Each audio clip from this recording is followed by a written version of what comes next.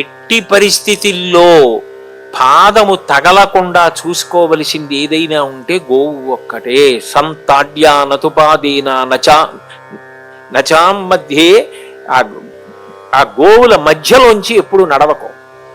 మంగళాయతనం దేవ్య తస్మాత్ పూజ్యా సదైవహి.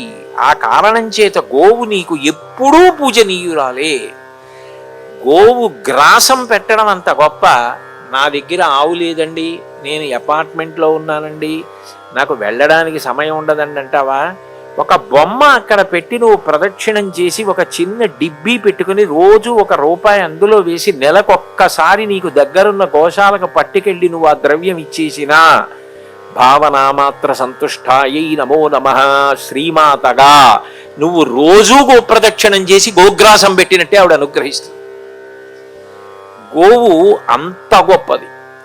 అటువంటి గోవు యొక్క పూజ అంత గొప్పది. గోదానాన్ని మించిన దానం లేదు.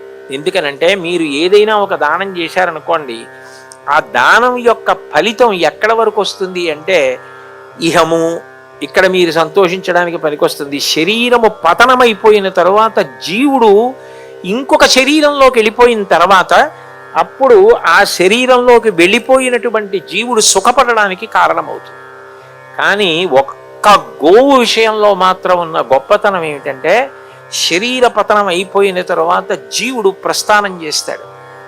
ఆ ప్రస్థానం చేసినప్పుడు యమసదనం కనబడుతుంది. అందుకు కార్తీక మాసంలో జ్వాలాతోరణం చేస్తారు. భయంకరమైనటువంటి జ్వాలలతో కనపడుతుంది ఆ తోరణం. కనపడినప్పుడు హడిలిపోతాడు జీవుడు. అప్పుడు వైతరిని దాటాలి.